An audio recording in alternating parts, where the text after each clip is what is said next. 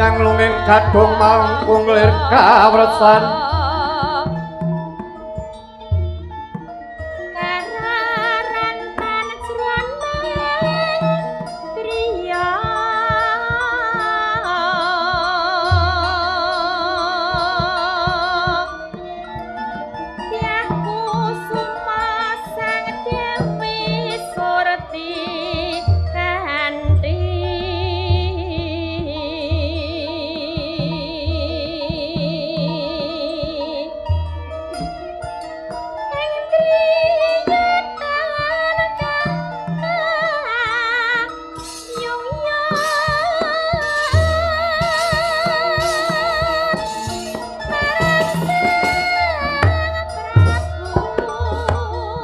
angles kekes dahat tis-tis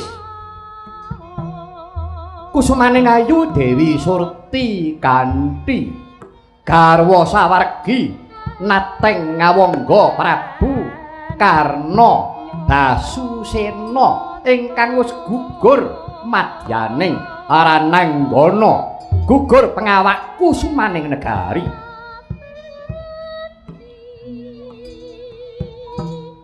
Duk samono ing semudatan pitados Sang Dyahayu Surti kanthi kalamunta midhanget pawarta ingkang raka Sang Prabu Karna pusinambuting Rananggana.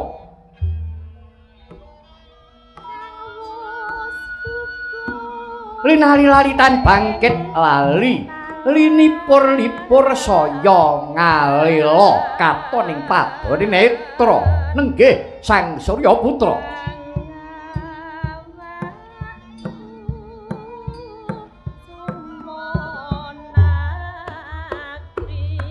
Kocap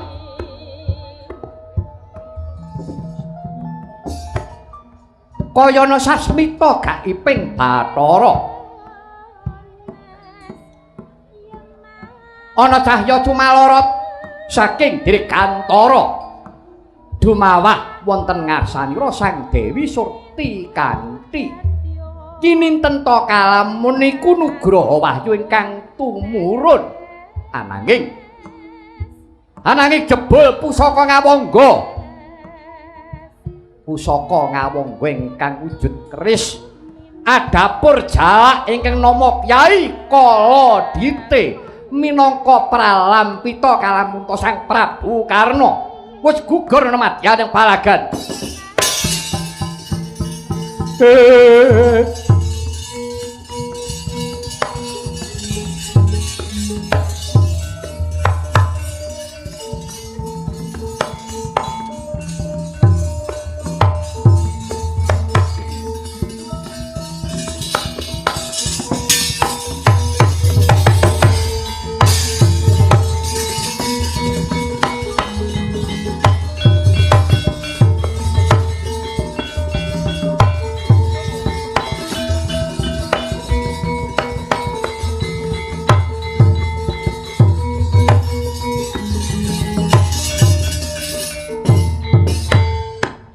Sinuwun jimat sesendan kula sinuwun pepunden kula mangke prapteng delakan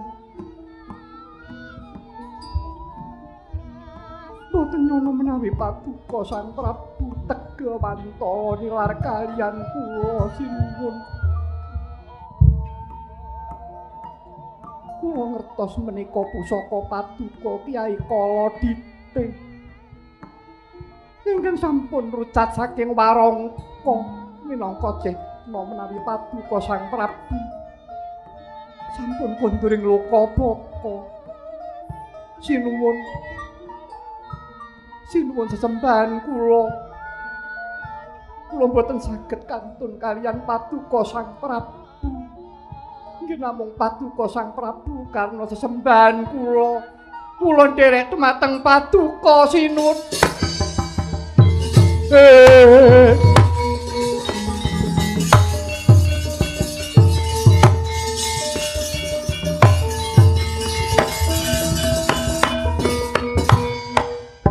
Labuh tresna sinungging ludira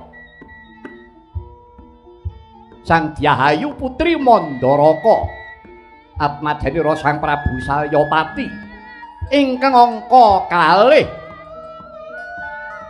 kusumaning ayu Dewi Surti kanthi dahat denira tresna kawan ingkang araka nggih Sang Prabu Karna ingkang wis gugur madyaning Rananggana.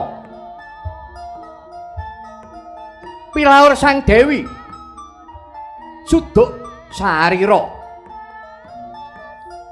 sumusul kawan ingkang raka nenggih Sang Suryatmajaya Suryaputra.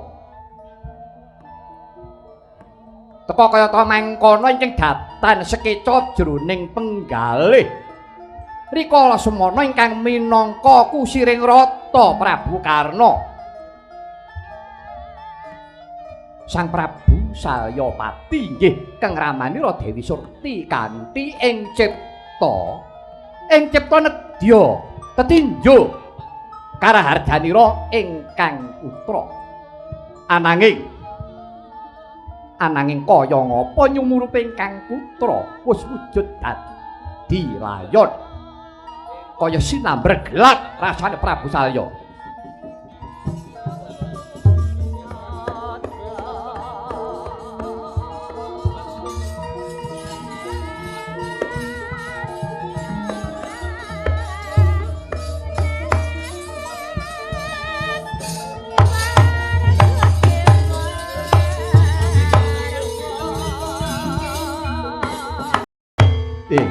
Ger Surti Kanthi pun Rama ingkang prapta Ger bocah ayu. Surti Kanthi lho Surti Kanthi anakku Ger lho dalah. Oh Surti Kanthi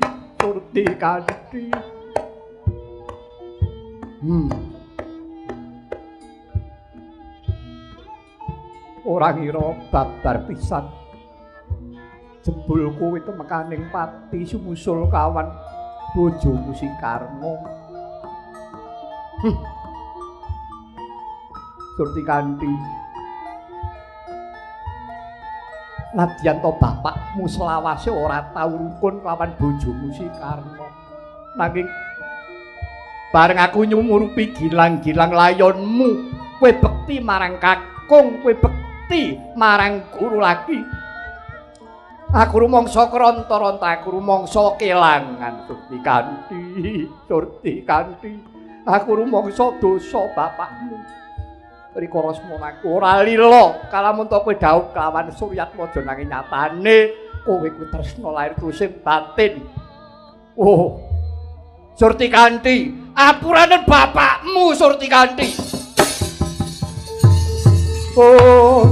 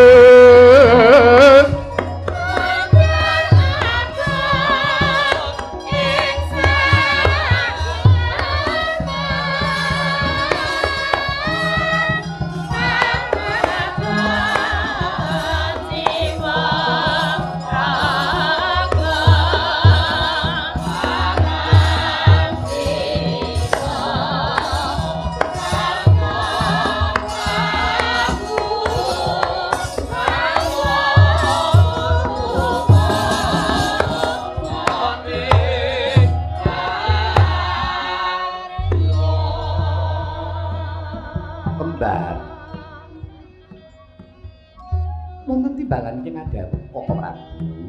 Wonten timbalan iki kandhawuh Koko Prabu. Yo.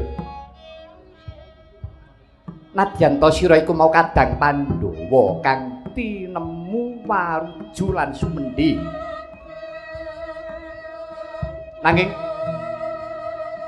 ya wis saka gawating lelakon iki. Kembar sak gugure ingkang ngraka ing awangga Prabu Karna dina kepungkur manut pangrasanipun Kakang Dwarawati gelem ora gelem sesuk-esuk perteking Surya ingkang bakal jumeneng dadi senopati mesti ingkang wa ing Mandaraka Sang Prabu Salyapati.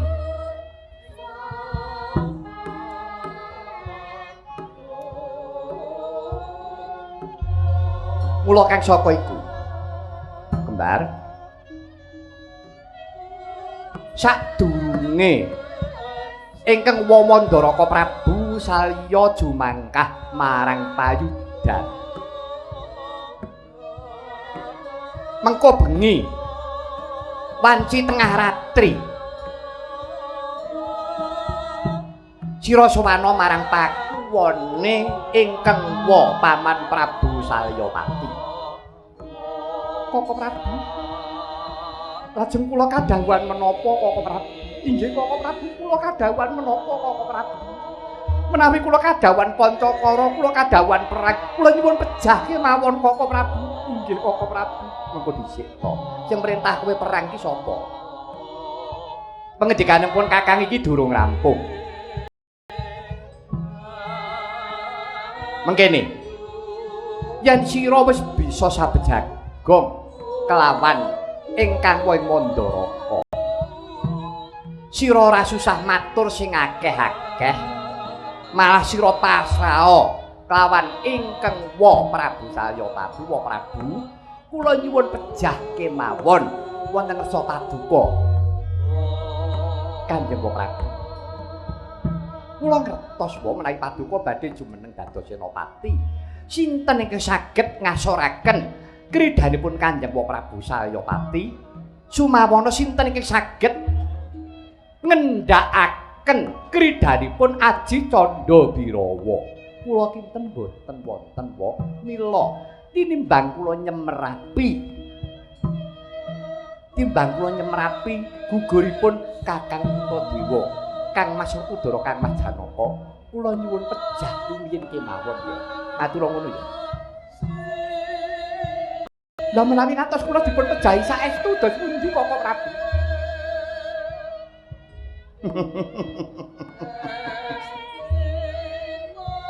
Tak kira ora mengko wis to tindakno. Ngaten Koko Prabu? Ya, wis mung kuwi aja mbok tambahi, aja mbok kurangi. Inggih Koko Prabu.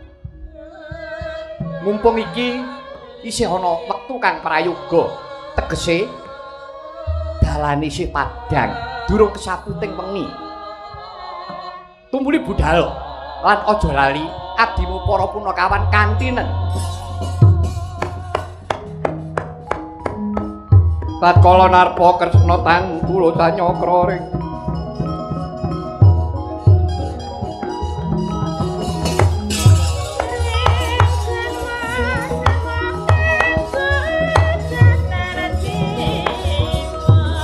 Resiwa Raja nawi suta kang munggah kekalih nrata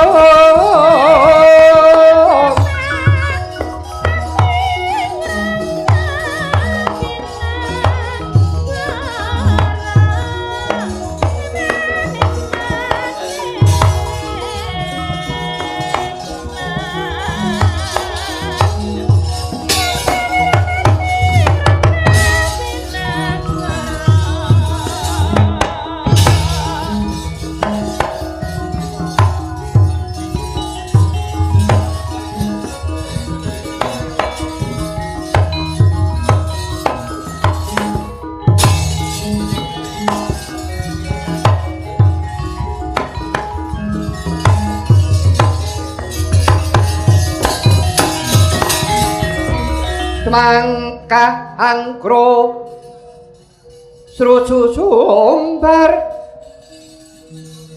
lendho bumi gonjeng kumalda guntur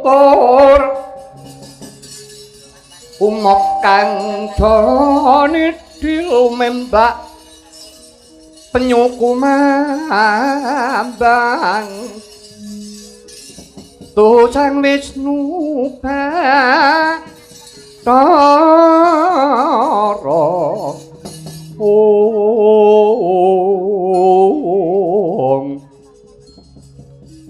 panedya hang lebur bumi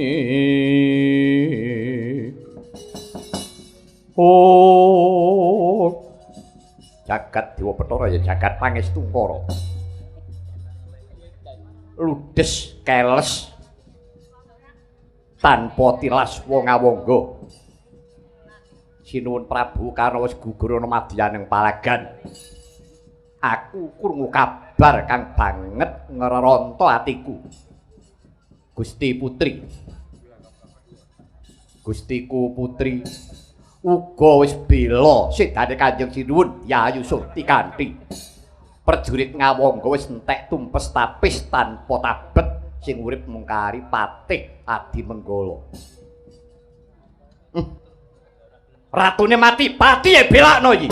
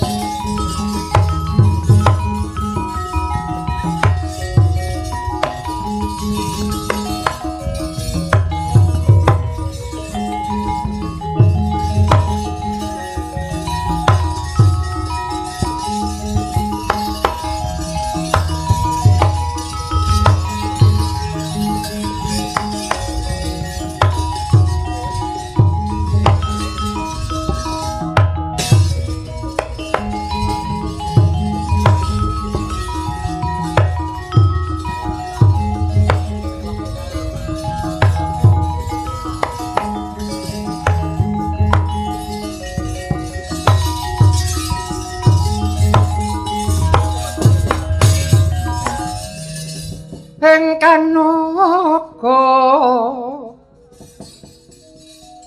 ngedate bati gengira caritanira nguni naga makikian kumambang katon kumawang wisanya manampak gisih manau cikra risang bayu siwi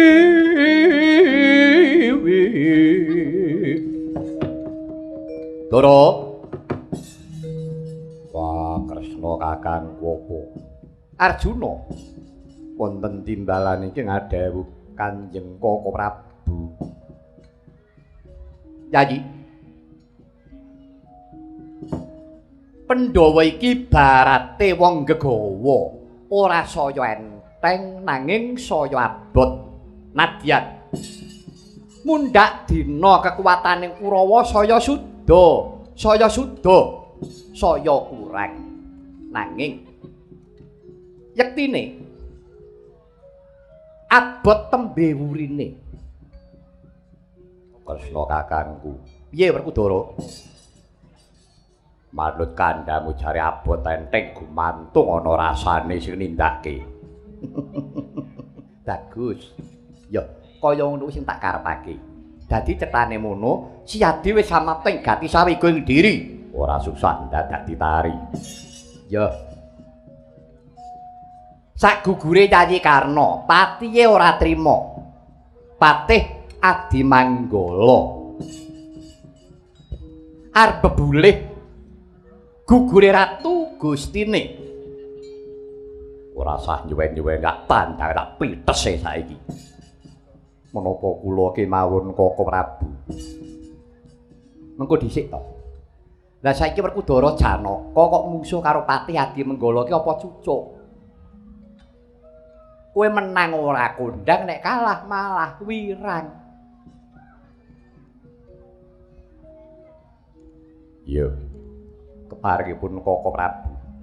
Tak golekne jago, tak golekne tanding. Udawa, maju mrene Udawa.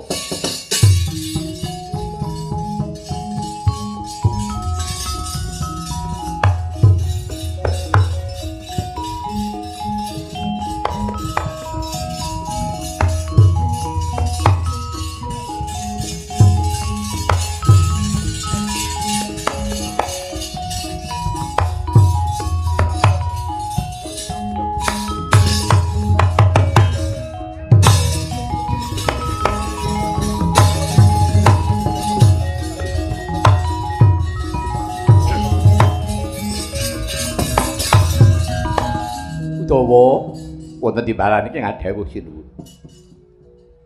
Kowe ngawula karo Kresna kuwi wiwit muda wiwit enom. Wiwit aku durung jumeneng Narendra aku isih seneng Wulandara. Udawa kowe ora pisah kelawan panjenengan ingsun tekse kowe ora keri kelawan Sinarayana. Iki kepareng paduka.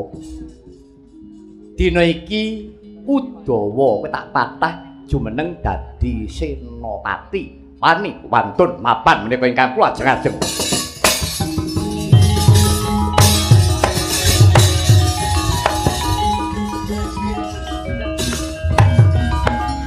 Arep nyandi badhe perang. Kusik to. Perang ya perang iki dudu perang ampiak awur-awur. Perang nganggo petung. Moro-moro mak selingket nyuwun pamit. Padake perang gagal ngono to. Bentenipun menapa? Ya tegese kowe wis samapta tenan kowe Bandayuda wantun. Karo sapa wae wani sampun sinuwun boten sah dipun tantun. Udawa mesti wani. Mengkono iki. Dina iki papakna kridane Patih Amoga Patih Adimanggala. Budhalo. Dun. Sinten? Patih Adimanggala. Upami sanesipun. Lho, kok sanesipun piye to? Iki Senopati kok nganyang iki lho. Wani ora? Nek wani aja wedi-wedi, nek wedi aja wani-wani, pantun.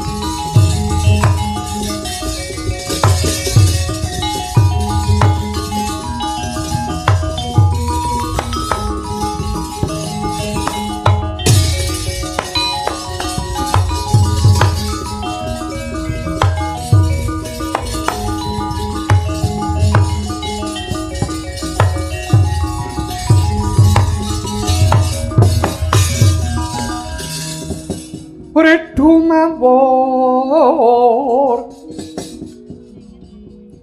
mangawu awor wurahan tengarane ngajure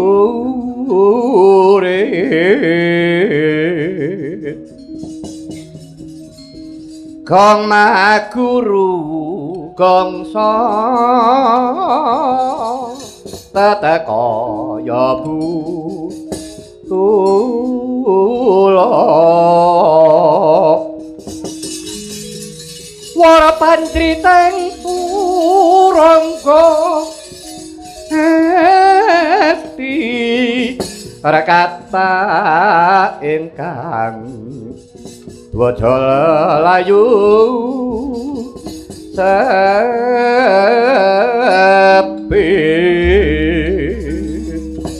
Wah, ora panglip Udawa. Ora susah dadak kowe mbodoni. Aku wis ngerti karepmu yen to kowe iki metokake kridhaku. Kowe mung butuh arep goleki lenaku. Udawa.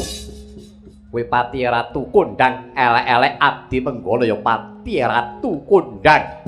Nadyan sebutane ratuku ratu cilik.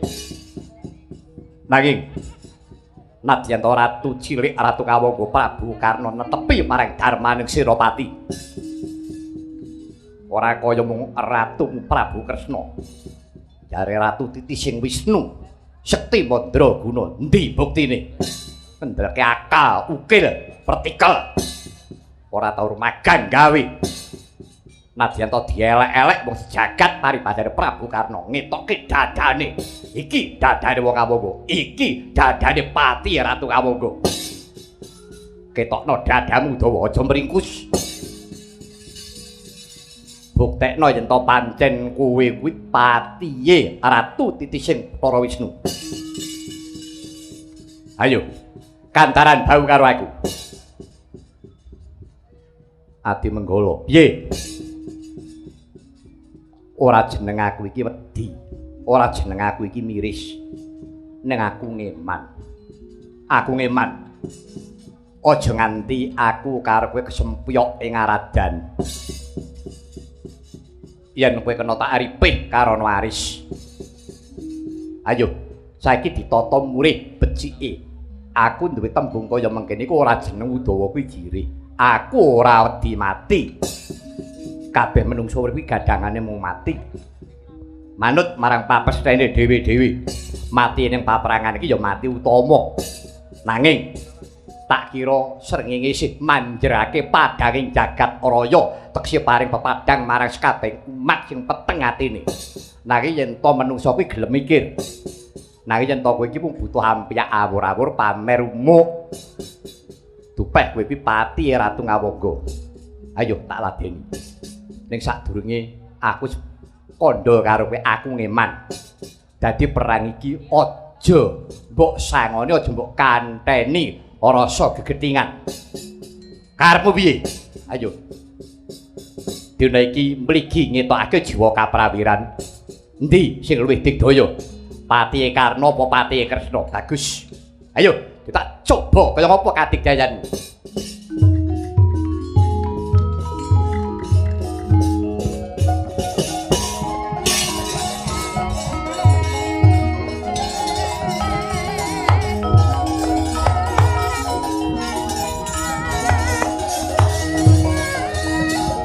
Tukaya yasini pidojo bang mawingo-wingo.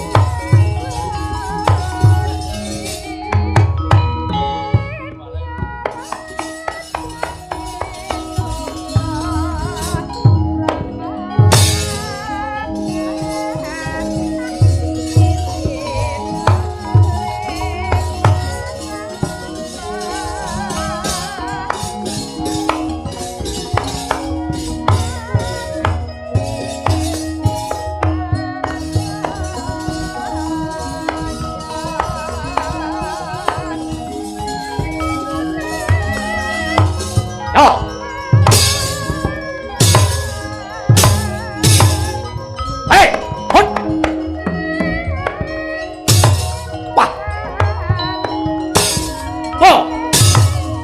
Oh, ahot bot biar kowe iki jaluk ampun.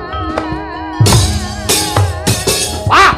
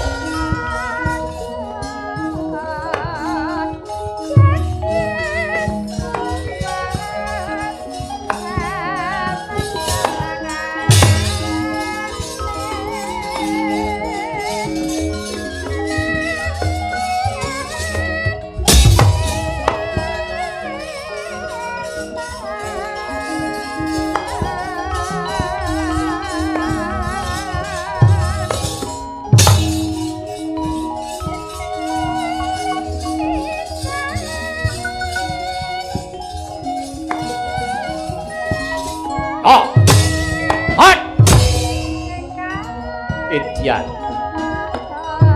Wah. Tuh. Tuh. Wah. Tuh. Wah.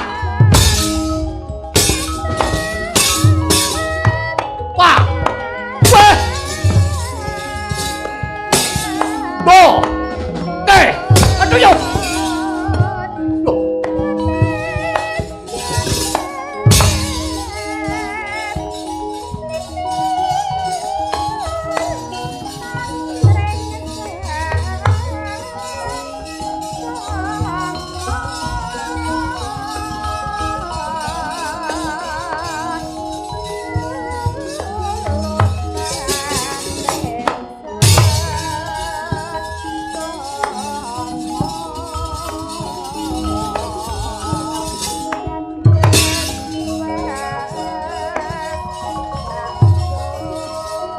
Tampanono pusakaku Kyai Guling Mataram.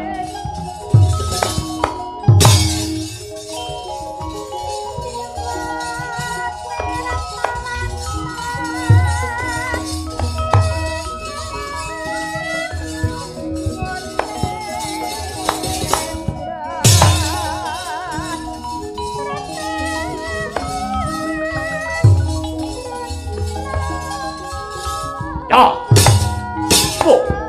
Wah. Kelakon mati dening aku kowe.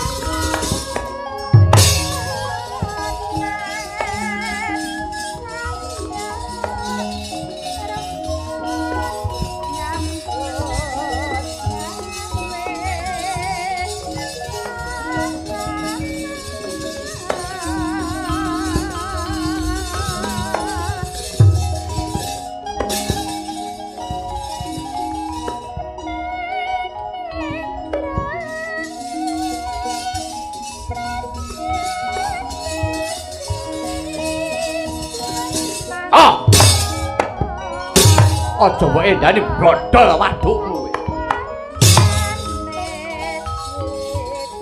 Weh ora kena dieman tenan menungso iki.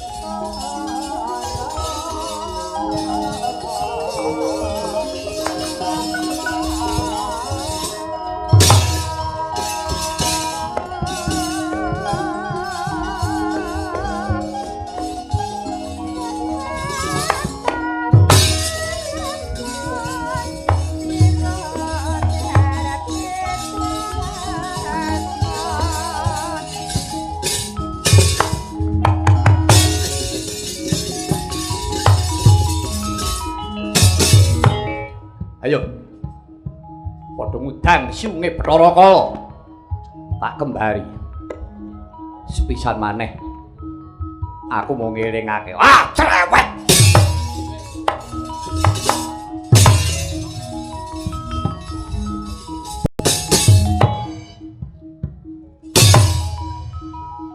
Ya.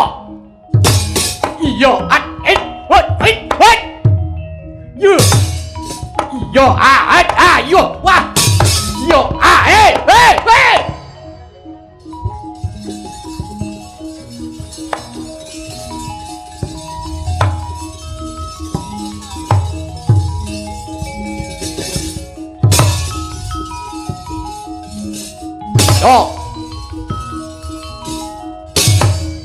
Yo, wah, what?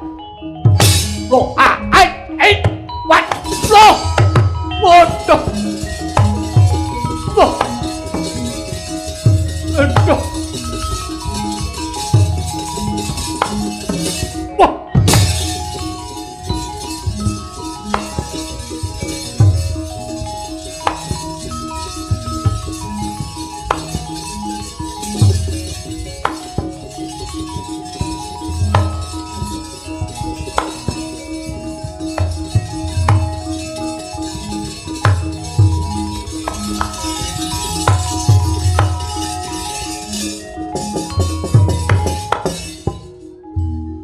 Kakang padang teterawangan rasane atiku Kakang. Aku ngerti. Aku karo kowe iki trah mandura. Nadyan aku bakal kesambute ngrananggono nanging bejo kemayangan Kakang. Bejo kemayangan tegese patiku bakalan entuk swarga jalaran patiku mbok untapake nganggo pusakamu pusaka Kyai Blabar kuwi pusaka Permati Mandura gandengane pusaka Kyai Gandharudira ageme sinuwun Mandura Prabu Baladewa. Ya mung emane Kakang pusaka mau kok mung kanggo ngrampungi marang darahe dhewe. Nanging aku rumangsa bejo kemayangan. Wis Kakang, aku njaluk pamit ya Kakang tutukna dharmamu nggon ndherekake kawan sinuwun Sang Hyang Bathara Wisnu. Muga-muga si Kakang kinayoman dening Gusti ya Kakang, wis ya Kakang. Ati Manggala.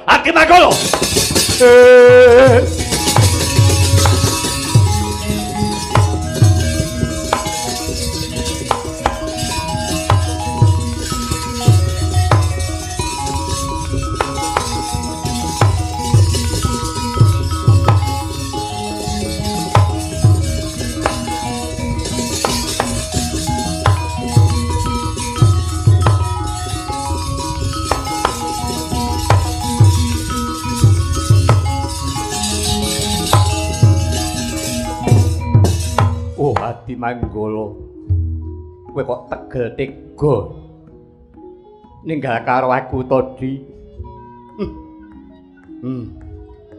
Adi Manggala kowe aja ngluputake karo pun Kakang. Aku saderma netepi wajib. Semono uga si Adi uga netepi wajib. Nanging kowe aja ngluputake karo pun Kakang ya Di. Udawa wonten dawuh sinuwun. Wis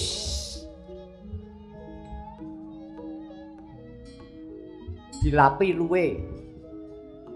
Mripatmu ngantek bengep. Pati gembek. Cengeng. Mung suwe mati dadak tangisi barang. Wis. Ora sumbut karo tandangmu. Nalika jek urip tantang kowe dadi paten rono. Areng mati tangisi. Sampeyan mboten ngrasake. Kula sing melu keloro-loro. Wis menengo Udawa, menengo. Wong iki ya urung ngerti. Yaki wonten dawuh. Sejatine Adi Manggala kuwi sapa? Kuwi ya Trah Mandura. Kuwi warismu. Iya. Waris-waris kok ngendi? Nah, bola-bali wong kene ora ngerti sejarah. Ngene. Persajan wae. Tinar buka dina iki wis ora ana barang sing dialing-alingi. Udawa mulane Kakang Prabu Mandura nyebut Udawa kuwi Kakang. Aku nyebut Udawa ya Kakang. Sebab putra Prabu Basudewa sing tuwa dhewe kuwi ya Udawa iki. Iya. Lambemu ki lho. Nek gelem krungokke minggat kono. Maidu. Mangger piye? Nalaripun dos pundi? Ngene. Sadurunge Kanjeng Rama Prabu Basudewa kuwi palakrama. Nanging Kanjeng Rama kuwi wis lambang sari. Lambang sari kelawan sawijining abdi dalem. Juru petek Mandura ya kuwi Mban Sagopi. Inggih ngertos. Mban Sagopi kuwi nadyan ta juru petek biyen suarane apik. Anggere meteki karo rengeng-rengeng wis akeh wong kepincut. Mbok kula iya. Kale mbok kula. Nah, kok japo Kanjeng Rama kesengsem rikala semana lambang sari kelawan Sagopi. Wusanane Sagopi nggerbini lairipun nang jabang bayi. Metu lanang ya Udawa iki. Iki lho. Barep. Ya mengko dhisik tok. Iya. Nah, sakwise mengkono, Sagopi dipasrahake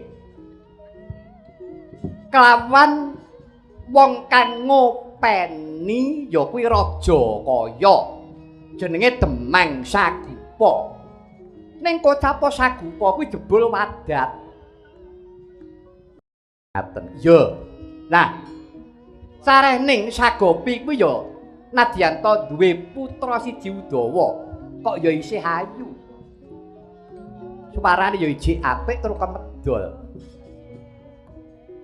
Kanjeng Paman Prabu Kumbina. Paman Prabu Harya Prabu genti lambang sari kelawan Sagopi peputra Larasati. Semanggon dadi sawiji kelawan Udawa. Mekaten. Ya. Lah duwe anak loro kok ya isih ayu.